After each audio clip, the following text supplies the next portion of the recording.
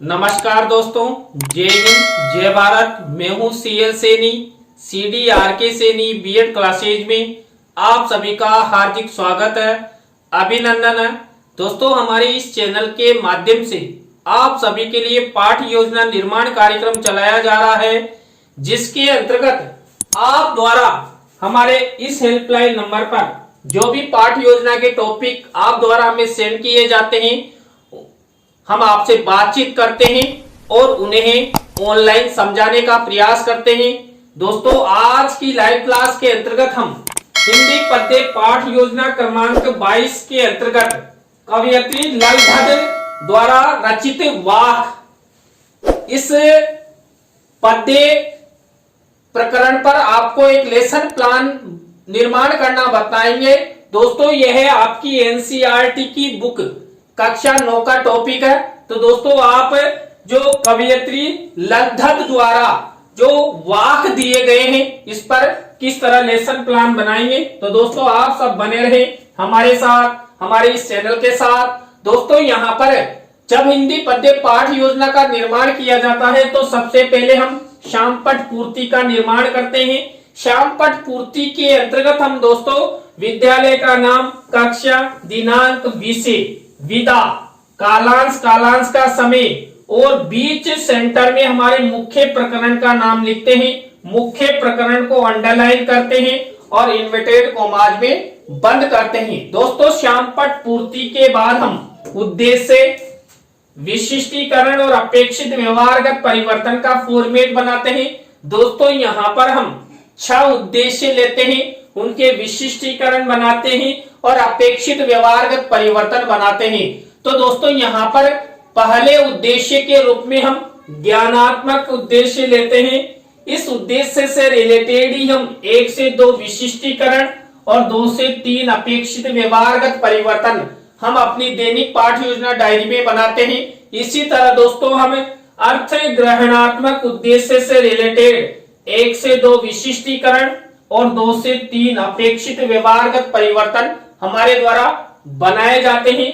इसी तरह दोस्तों, जो हमारे 3rd नंबर का उद्देश्य है अभिव्यक्त्यात्मक, इस उद्देश्य से रिलेटेड 1 से 2 विशिष्टीकरण और 2 से 3 अपेक्षित व्यवहारगत परिवर्तन हमारे द्वारा हमारी दैनिक पाठ योजना डायरी में बनाए जाते हैं।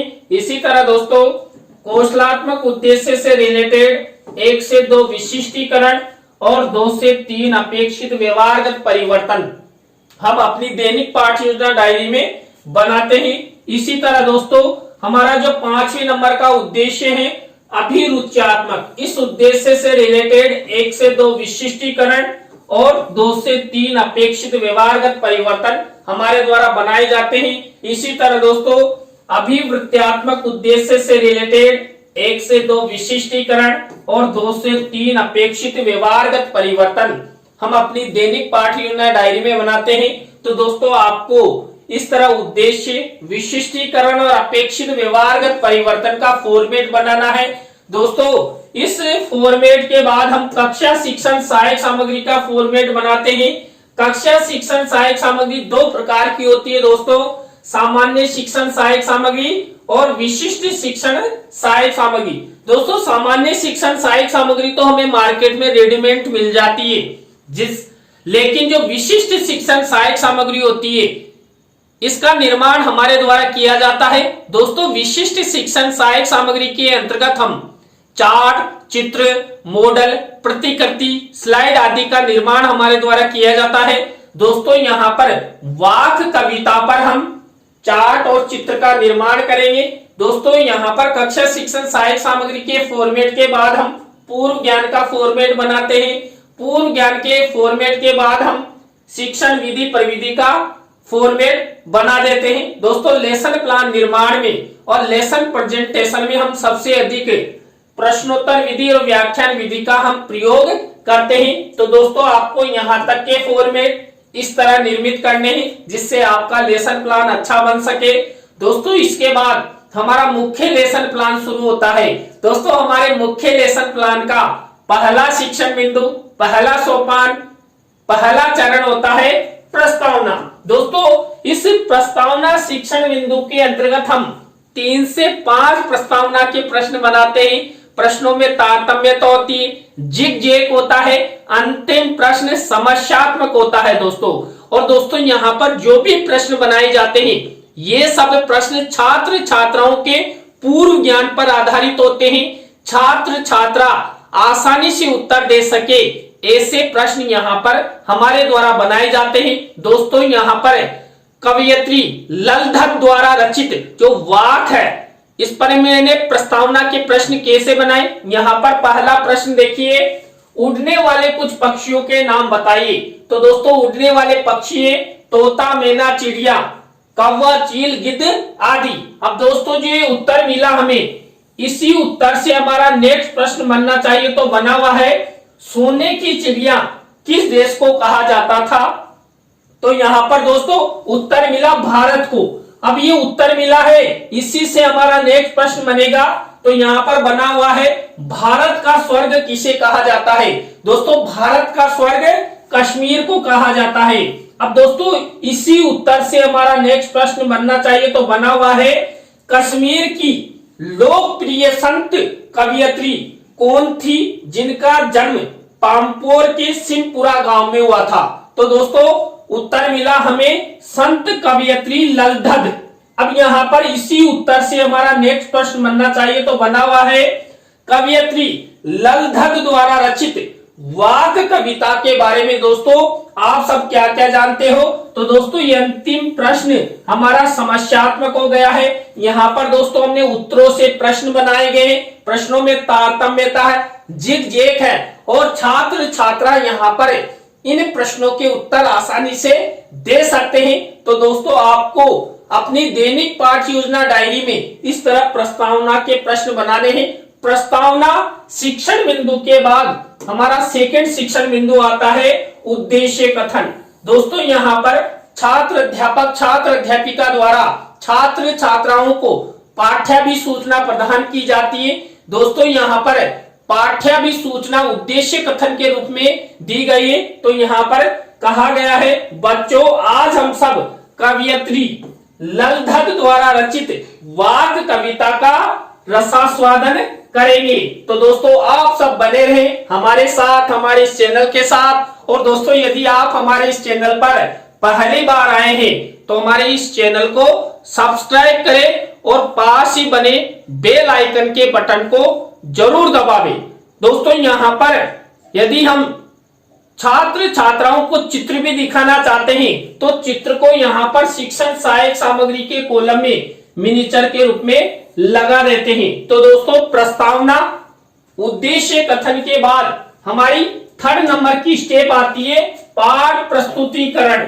इस पाठ प्रस्तुतिकरण के अंतर्गत दोस्तों हमारी जो भी आगे के चरण होते हैं, शिक्षण बिंदु होते हैं वो चलते हैं। तो दोस्तों यहाँ पर छात्र अध्यापक छात्र अध्यापिका छात्र छात्राओं को जो संबंधित हिंदी पाठ्य पुस्तक है और हमारा यहाँ पर मुख्य प्रकरण है वाक कविता, इसकी पृष्ठ संख्या को खोलने के लिए निर्देशित करती है।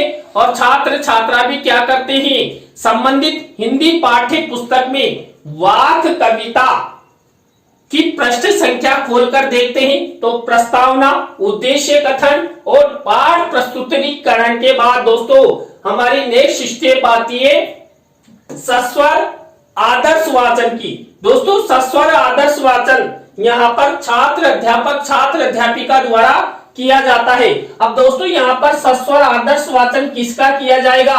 दोस्तों यहाँ पर हमारा मुख्य प्रकरण है वाक कविता। अब दोस्तों यहाँ पर वाक कविता का सस्वर आदर्श वाचन छात्र अध्यापक छात्र अध्यापिका द्वारा किया जाएगा। दोस्तों आपको इस फॉर्मेट में एक विशेष कार्य करना है। आपको शिक्षण सहायक सामग्री के कॉलम में इस तरह एक रंगीन मिनिएचर बनाना है और इस मिनिएचर में दोस्तों आपको ललधत द्वारा रचित जो वाक है, जो आप यहाँ पर उन पर लेसन प्लान निर्माण करने जा रहे, इनको इस पर लिख देना है। मैंने भी लिखा है लेकिन आपको दिखाई नहीं दे रहे ना, अभी दिखाई देंगे क्योंकि मैंने यहाँ पर वाकों को लिखकर फोल्ड कर दिया और इसमें चस्पा कर दिया, इसलिए आपको दिखाई नहीं दे रहे। हमारे पास 2.5 लाख रुपए का जादू का पेन है, ये आपको यहाँ पर वाक कविता दिखाएगा। तो दोस्तों यहाँ पर ये इस तरह मिनिएचर में आपको कवियत्री ललधर द्वारा रचित वाक, इस कविता में जितने वाक लिए गए हैं वो आपको लिखने। दोस्तों इस पाठ में 4 वाक लिए गए हैं, लेकिन मैंने यहाँ पर 2 ही वाक इस पाठ योजना में लिए हैं। नेक्स्ट 2 वाक नेक्स्ट पाठ योजना में हमारे द्वारा लिए जाएंगे। इस तरह इस पूरे पाठ पर हम 2 लेसन प्लान निर्मित करेंगे। तो दोस्तों ये आपको इस तरह शिक्षण सहायक सामग्री के कॉलम में मिनिएचर के रूप में चस्पा करना है। दोस्तों नेक्स्ट स्टेप आती है सस्वर अनुकरण वाचन। दोस्तों सस्वर आदर्श वाचन के बाद सस्वर अनुकरण वाचन की स्टेप आती है, और यहाँ पर जो छात्र अध्यापक छात्र अध्यापिका होते हैं ये छात्र छात्राओं को निर्देशित करते हैं कि अभी मेरे द्वारा सस्वर आदर्श वाचन किया गया, यानी मैंने इसको रागात्मक तरीके से पढ़ा, वैसे ही अब आप इसको पढ़िए।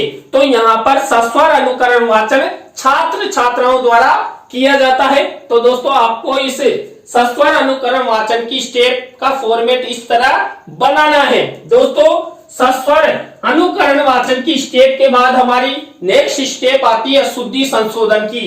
दोस्तों सस्वर अनुकरण वाचन के समय छात्र छात्राओं द्वारा जो अशुद्ध पढ़ा गया, अशुद्ध उच्चारण किया गया, उनका शुद्धिकरण यहाँ पर श्यामपट्ट की सहायता से छात्र अध्यापक छात्र अध्यापिका करते हैं। तो दोस्तों यहाँ पर इस फॉर्मेट में आपको एक विशेष कार्य करना है।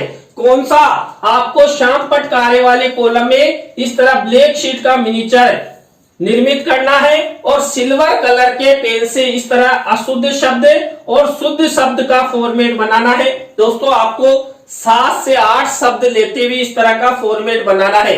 तो दोस्तों ये पद्य पाठ योजना के अंतर्गत अशुद्धि संशोधन की स्टेप हो गई। दोस्तों इस स्टेप के बाद हमारी नेक्स्ट स्टेप आती है शब्दार्थ सरलीकरण की। दोस्तों शब्दार्थ सरलीकरण के अंतर्गत देखिए यहाँ पर हमने मुख्य रूप से जो कवियत्री ललधर द्वारा रचित वाक है वो लिए गए हैं। तो यहाँ पर उस वाक से रिलेटेड जो कठिन शब्द हैं उनका अर्थ यहाँ पर छात्र छात्राओं को बताया जाता है। इस फॉर्मेट में भी आपको एक विशेष कार्य करना है।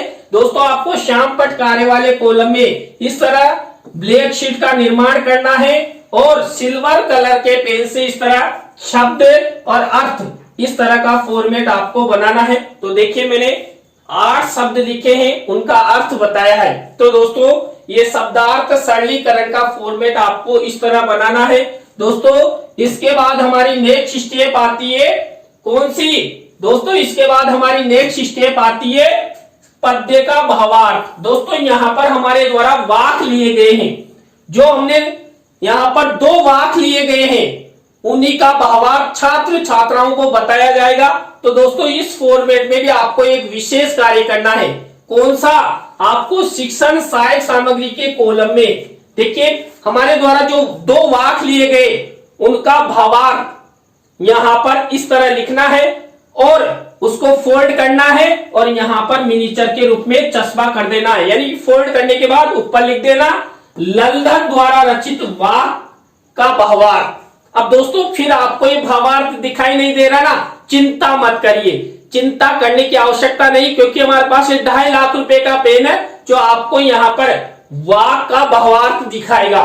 तो देखिए ये दिखा रहा है भावार्थ। दोस्तों ये रहा हमारा जो कवियत्री ललधर द्वारा रचित जो वाक है, उनमें से जो 2 वाक हमने लिए, तो ये पहले वाक का भावार्थ है, ये दूसरे का है। आपको इस तरह ये रंगीन मिनिएचर पर यहाँ पर वाकों के भावार्थ लिखने हैं और वहां पर शिक्षण सहायक सामग्री के कॉलम में फोल्ड करके और चस्पा कर देना है। दोस्तों इसके बाद हमारी नेक्स्ट स्टेप आती है भावानुभूति प्रश्नों की।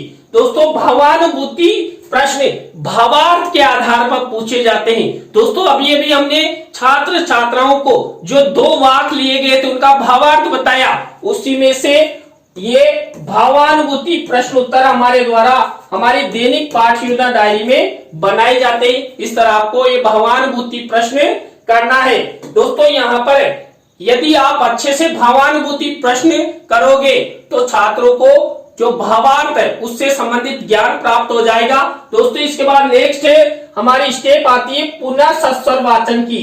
दोस्तों यहाँ पर पुनः सस्वर वाचन में जो छात्र अध्यापक छात्र अध्यापिका होते हैं ये हमारे द्वारा मुख्य प्रकरण के रूप में जो वाक्य लिए गए उनका पुनः सस्वर वाचन किया जाता है। तो दोस्तों ये पुनः सस्वर वाचन की स्टेप हो गई।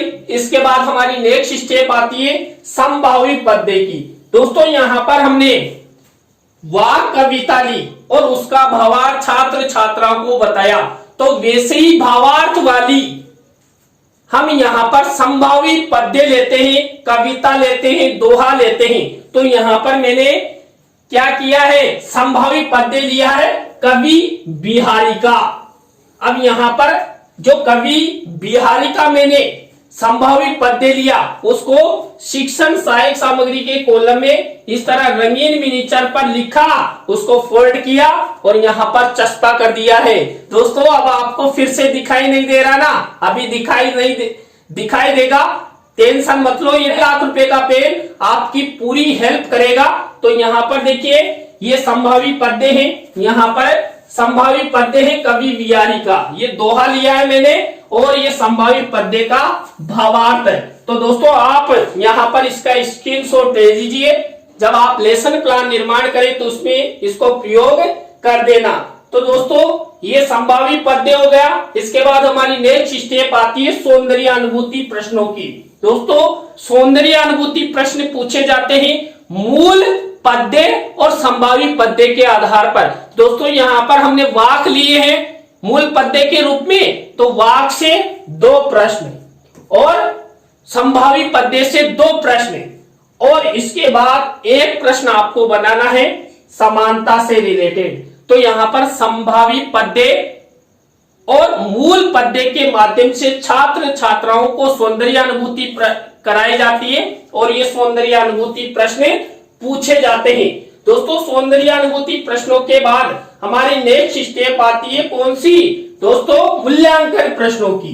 दोस्तों यहाँ पर हमने जो वाक्य लिए गए और उनका भावार्थ छात्र छात्राओं को बताया, उसी में से ये मूल्यांकन प्रश्न बनाए जाते हैं। जब आप अपनी दैनिक पाठ योजना डायरी में ये मूल्यांकन प्रश्न बनाए तो आपको ब्लैक शीट का निर्माण करना है और सिल्वर कलर के पेन से मूल्यांकन प्रश्न लिखने हैं। दोस्तों यहाँ पर देखिए 3 तरह के मूल्यांकन प्रश्न लिए गए हैं और प्रत्येक में 2-2 प्रश्न लिए गए हैं। इस तरह कुल 6 प्रश्नों का निर्माण किया गया है। दोस्तों यहाँ पर हम वस्तुनिष्ठ प्रश्न, रिक्त स्थानों से रिलेटेड, सत्य असत्य से रिलेटेड, लघुत्रात्मक अति लघुत्रात्मक से रिलेटेड प्रश्न लेते हैं। तो दोस्तों आपको इस तरह मूल्यांकन प्रश्न बनाना है।